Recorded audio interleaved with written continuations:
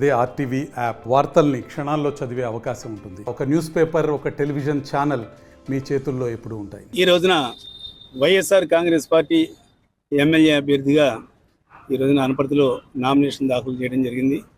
ముందుగా మరి ఎమ్మెల్యే అభ్యర్థిగా నాకు అవకాశం ఇచ్చినటువంటి జగన్మోహన్ రెడ్డి గారికి ప్రత్యేకంగా ధన్యవాదాలు తెలియజేస్తూ, మరి గత 5 సంవత్సరాల్లోనూ కూడా ఎమ్మెల్యేగా నేను చేసిన అభివృద్ధి సంక్షేమ కార్యక్రమాలకు సహకరించి నన్ను ప్రోత్సహించినటువంటి అనపర్తి నియోజకవర్గ ప్రజానీకానికి అందరికీ కూడా మీడియా ముఖంగా ప్రత్యేకంగా ధన్యవాదాలు తెలియజేస్తూ, మరి రాను రోజుల్లో కూడా వైఎస్ఆర్ కాంగ్రెస్ పార్టీ ఎమ్మెల్యేగా నేను గెలవడం రాజ్యం.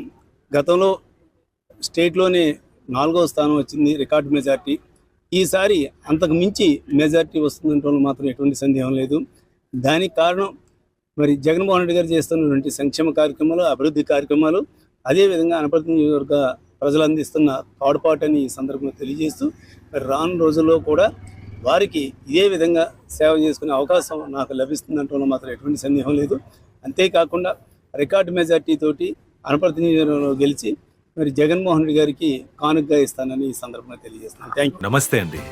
ఇది వ్యాపారం గురించి కాదు, ఓటు గురించి. ఎన్నికల్లో ఓటు వేయడం మన హక్కు మాత్రమే కాదు, కర్తవ్యం. ఎంతో మంది మహా నేతలు శ్రమించి ప్రాణత్యాగం చేసి ఈ అవకాశాన్ని మనకిప్పించారు. అందరూ ఓటు వేద్దాం. ఎందుకంటే ఓటు హక్కు ఊరికే రాదు. నా ఓటు ఎవరికో తెలుసా? అది సీక్రెట్ అండి.